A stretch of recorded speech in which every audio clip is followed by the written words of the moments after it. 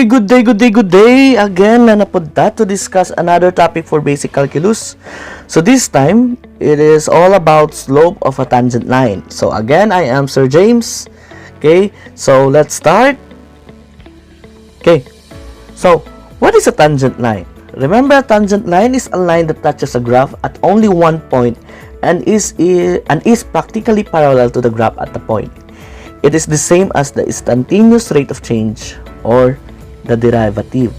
Okay, so this is our tangent line. Okay, so this time, okay, remember the tangent line, kasagara man god is the rate of change a line is mag-base ta sa slope, but majority of our function is a curve man god. So ang atong ginapangitan permanente is instead nga ana lang the slope of our function, since there is a instantaneous change of your function, ang atong pangitan mo is the instantaneous rate of change of our tangent line. Okay, so that will be the derivative na dayon, which is kadong next topic na to. Okay, so finding the tangent line for straight graphs is a simple process, but with curved graphs, it requires calculus in order to find the derivative of the function, which is the exact same thing as the slope of the tangent line. Okay, remember, okay, the derivative is exactly the same as the slope of your tangent line. So kung pangutan-on mo, what is a derivative? Okay, the simplest definition is the slope of the tangent line. So once you have the slope of the tangent line, which will be a function of x, you can find the exact slope at specific points along the graph. Okay, so definition, tangent line with slope m. So if f is defined on an interval containing c, and if the limit, okay, so you have the limit of change of y, this triangle is sabad ani is change. Okay, the rate of change, di ba ga change man nato ang slope sa tangent. So you have the change of y all over the change of x, where change of x or delta x approaches 0 is equal to the limit of the f of c plus delta x minus the f of c all over delta x, where delta x approaches 0 is equal to our slope. Okay, so ayaw kayo magkahadlok ani ha. So inato lang yun sa pagbasa.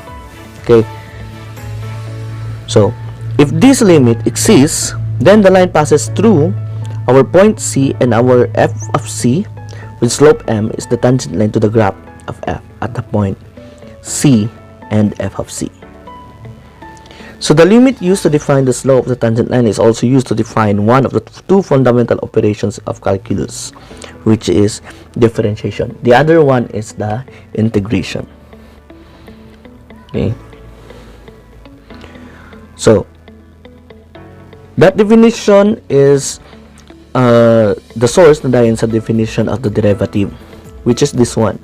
Remember kaganiya na mention, the derivative is the slope of the tangent line. Therefore, the derivative of x is, which is inanay pagsulat. So you have the f prime of x equals the limit of f of x plus delta x minus f of x all over delta x as delta x approaches 0.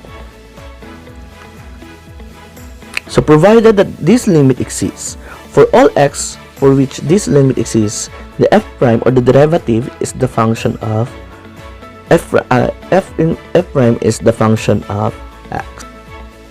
Okay, so let's have an example in finding the derivative of the following functions using the limit process.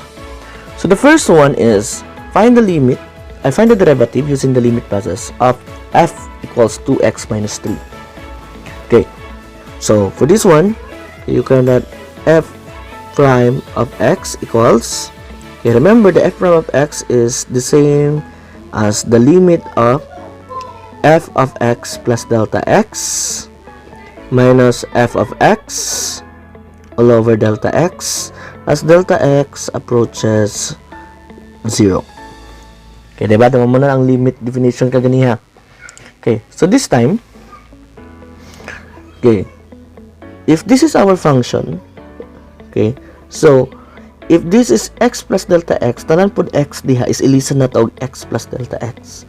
So this time, this is equivalent into, okay, the limit of, okay, so for this one, x plus delta x, okay, ilisan na to og x, so you have the 2. So si x karon ilisan na to og x plus delta x minus, okay, so you have the 2 times x plus delta x minus 3. So this is our f of x plus delta x. You have the 2 times the variable minus 3. 2 times the variable, you have the 2 times the variable minus 3. Okay, minus our f of x. Our f of x is given, you have the 2x minus 3 all over delta x as delta x approaches 0. Okay, simplify the numerator, so you have the limit. Okay, actually mo na siya lisod lang tanawon, pero ang buhaton na lang ani is simplify the numerator permente. So distribute 2 times x, you have the 2x plus 2 delta x, lahi si 2x og 2 delta x ha. Okay, minus 3. Okay, distribute the negative, minus 2x.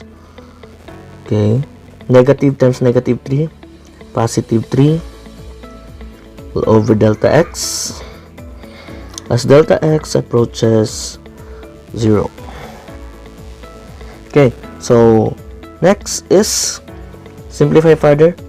2x, remember you have 2x and negative 2x, so this is 0.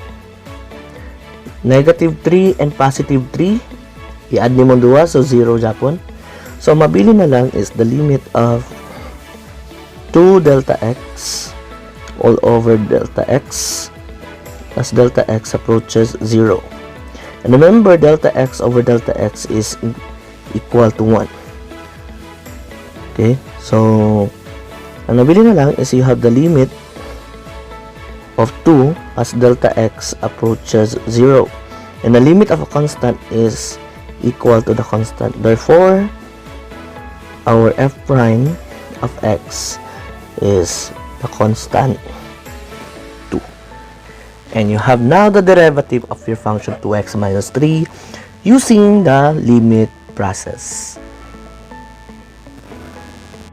Okay, so let's have another example for finding the derivative using the limit process. So this time, our example is a quadratic function. So you have the f function equals x squared minus 3x. So to find the derivative of this one, so using the limit process, by definition, f prime of x equals the limit of f of x plus delta x minus f of x all over delta x as delta x approaches 0. Okay, approaches. Okay, so this time substitute. Okay, if our f of x is x squared minus 3x, what is our f of x plus delta x? So tanan x dari sa given ng function, ilisan na to og x plus delta x. So pwede ninyo ilahi daan. Okay, so pwede mo magsulat dari. Okay, so you have the f. Okay, pwede mo mag-create diha of another line. So you have the f of x plus delta x. Okay, so dadto ilisan nimo, you have equals x plus delta x squared minus 3 times x plus delta x. So this is gikan sa to ang our function, which is this one.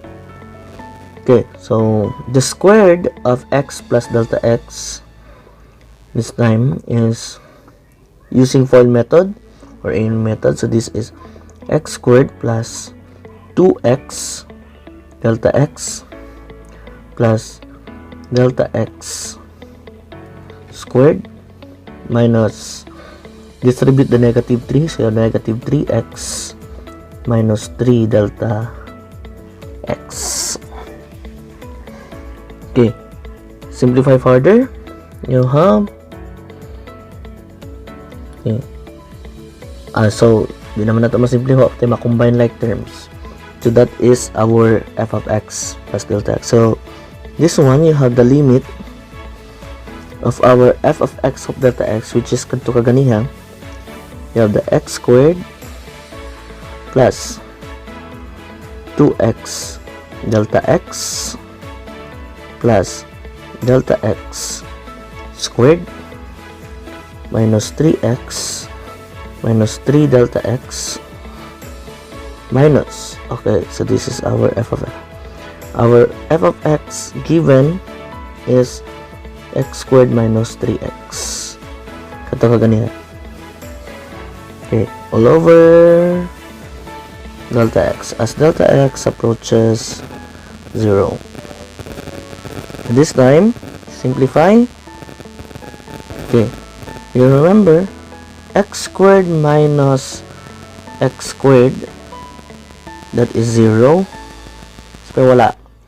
Negative 3x minus negative 3x yung itself, that is also 0. So mabili na lang is katong sa ibabaw. You have the limit of 2x delta x plus delta x squared minus 3 delta x all over delta x. Okay, as delta x approaches 0. Notice mas na ay common sa numerator, which is delta x. So you have the limit of, factor out na itong delta x. So kung kulangan na itong delta x, diyan mabili na lang is 2x. Dari kuha na itong isa ka delta x, so mabili na lang is isa ka delta x. Kuha na itong delta x minus 3 all over delta x as delta x approaches 0. And we have delta x over delta x is exactly equal to 1. So mabili na lang is the limit of 2x plus delta x minus 3. Kada na lang. Huwag naman yung denominator as delta x approaches 0. So we can now direct substitute at delta x equals 0. Kagganiya, kung na ay delta x sa denominator, man-define man. But this time, wala naman yung denominator. We can substitute this time delta x equals 0. Kaya approaches to 0 man ta. So you have the limit. Okay, wala limit. Kaya mag-substitute naman ito.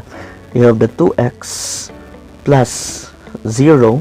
This is our delta x kagganiya. Minus 3. And simplify further, this is 2x minus 3. This is our derivative na dayon. The 2x minus 3. And that's it. Okay? So, solve the questions in the provided activity sheets. Okay, thank you for listening. Okay, goodbye everyone.